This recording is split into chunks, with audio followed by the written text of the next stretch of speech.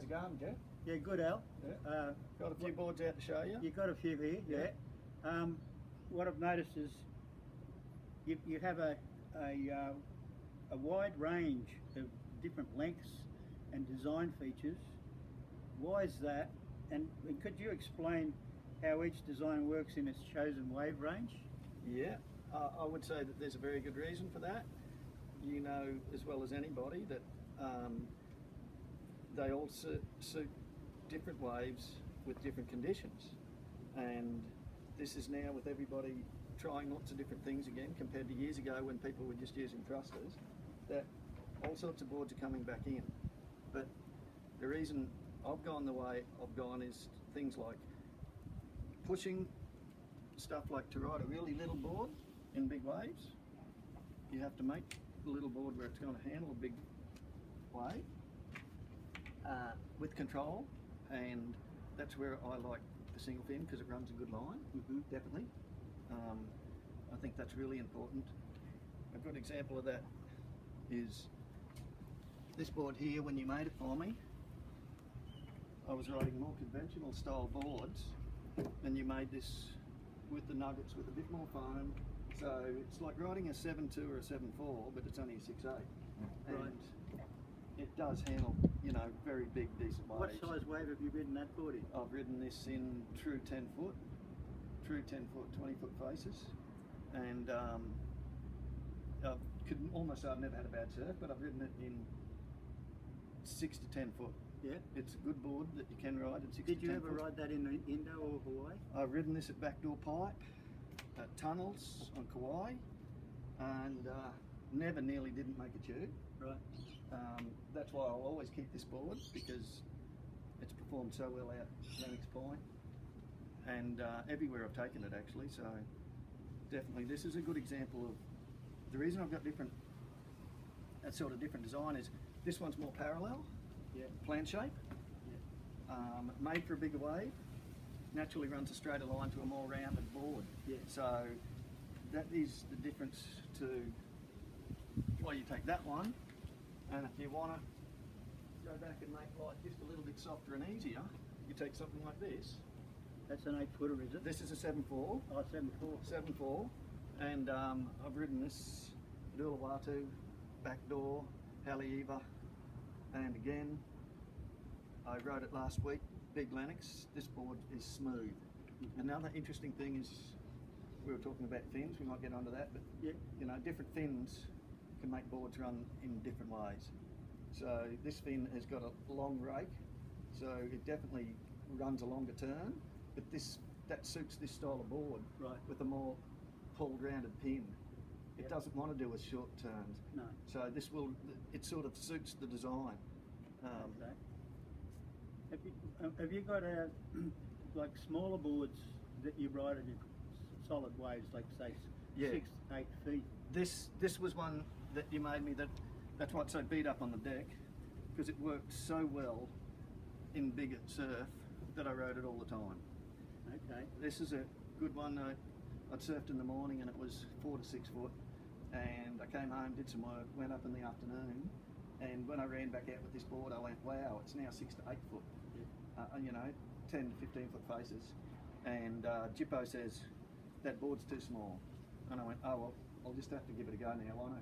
So I charged out and got 3 tubes on the one wave all the way down the point. So I proved that the board's not too small if you're ready to go and do it. How big is that board? That's a 5.8.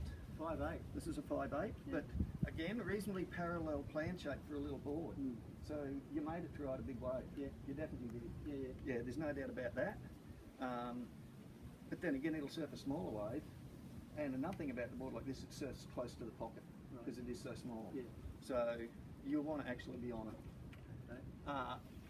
An example of the smaller one, step up from that, then it might go into this, which is only a 5.9. But this 5.9 is actually more parallel plan shape. So this actually runs a longer line than that, which actually can aid you in bigger surf, because you know, you don't always want to be so tight to the pocket that you're trying to get out of the pocket. This one can actually extend you further out, mainly because you've made it a bit more parallel.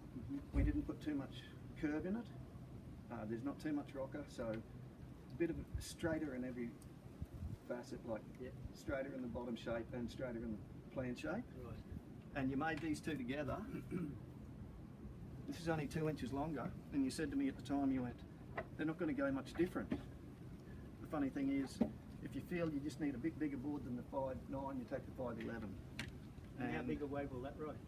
Or have you well, rendered on? I scratched up wide at the point on one that was true 10-footer. It had 20-foot face, and it's only that I got to the top to do a sideways takeoff and park this thing in one of the biggest tubes I've ever had.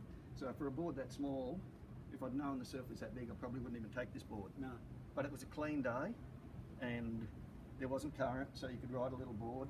So again, proof that to keep the plant shape parallel, not too much curve, runs a really long line for a little board. Right. Really long line.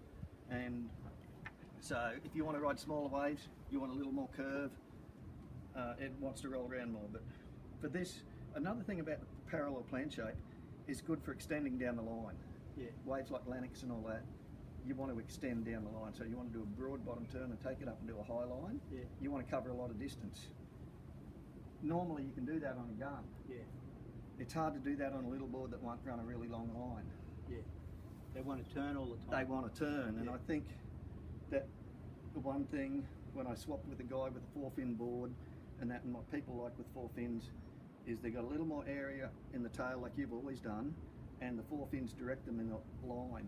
So I think what a lot of people are enjoying is the long line that it's running, but I do feel that twin fins and 4 fins lack that central pivot point, and that's where my belief is single fins I like best, but thrusters are still the most perfect design because they've got the stability of the fins and they've got the central fin for the pivot point. Because on a single fin when you turn, the pivot point is almost neutral, you almost don't feel it. So to ride my 8-foot thruster, again recently, you turn off a side fin and you turn off a side fin, so you're actually in essence doing a couple more turns, which people look at and think that looks really good, but again I like it if you've got a good single fin where you run a longer line. So you've ridden this board in Hawaii, eh? I've ridden this at true 15-foot sunset. The Hawaiians called it 15 foot, not me. I actually said if they don't call that 12 foot, I'm hanging up my leg rope. And they said at the end of the day, don't worry, it's 15 foot. 25 foot faces, easy, maybe bigger, and very late takeoffs. I wish I'd had a 9.2 or something. But, and I've ridden this in Sumatra at HTs and rags, and this board has probably saved my life. So, this was my first 8-footer, and it showed me that in big waves, 8 foot's not a big board. And you got an 8-foot single fin as well, eh? Well, then Hawaii, because I was surfing the single fins in Hawaii, but also the thruster, I actually decided that in big waves, you only want a single fin. You don't want to be doing too many turns in big waves. No. So you made me this one, and this is just a glider board, and I've ridden this in big waves, and again, what can I say? It's you don't have to do as many turns, and it glides longer lines. So in a way, this one feels like it rides a bit of a bigger wave than that. A couple of reasons though, because since you've been doing the nuggets, this one has a little more plan shaped up into the nose. That's a little more of a no-nose, like the Laser's at. So this board would probably feel a little bit looser if you tried to ride it in smaller waves.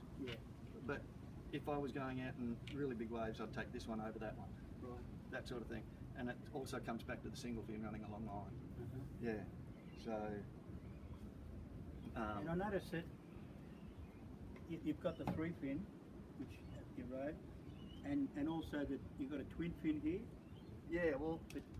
But yet you still prefer overall, depending on conditions, to ride the single fin. Now it's interesting, when you made this, we went out at the pass and it was little, and it was just as retro was coming back in, and it was only little, and I really enjoyed the way, if you look at the width you've got in the tail, you've got plenty of width, but I really enjoyed in the way on a little wave, you drop straight off the bottom fin, and you're straight out of the top of the wave, so the other fin. So straight off the bottom, straight out of the top, and you can wind it up. And you've done it where it's almost got a little bit of an edge here for release. So this board takes off quick. It's got good foam in it, naturally, and you've got a little bit of area forward, like old style, so with more travel in the rail, it's a little more stable. So, but once you get in a bigger wave, it does want to shoot out to a spot where you turn off one fin, turn off the other fin, whereas I, again, like single fins because I can roll back into place smoother. I find single fins, it's more like being in neutral, to where this wants to work off that, and then it wants to work off that. Right. And I feel that in the thruster, but again, the thruster's got this here as a balance point. So, now... What about, you showed us the, you were talking before about the straighter outline of a couple of the boards, and then there's that one over there, it's got more curve in it. Yeah. So how does it compare to the straighter outlines? Okay, this one here? Yeah. This is interesting because when I remember coming back from Hawaii, and I was used to riding bigger boards. So then you made this for smaller waves, because naturally I'm surfing smaller waves again.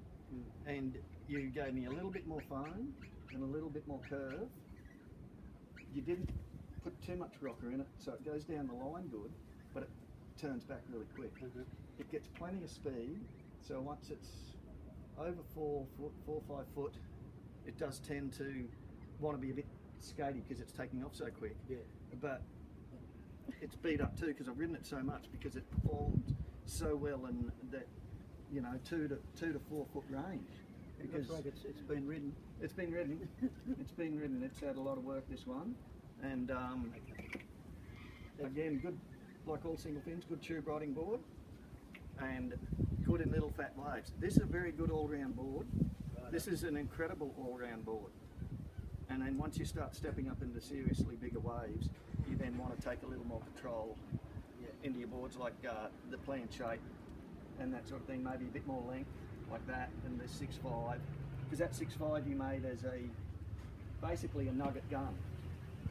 This board here you made as a nugget gun. We got to... I've ridden this in 10 foot, and I thought I should have had a bigger board, but getting into the waves were hard, but gee, talk about stability and perform. We're running out of battery. Okay. All right.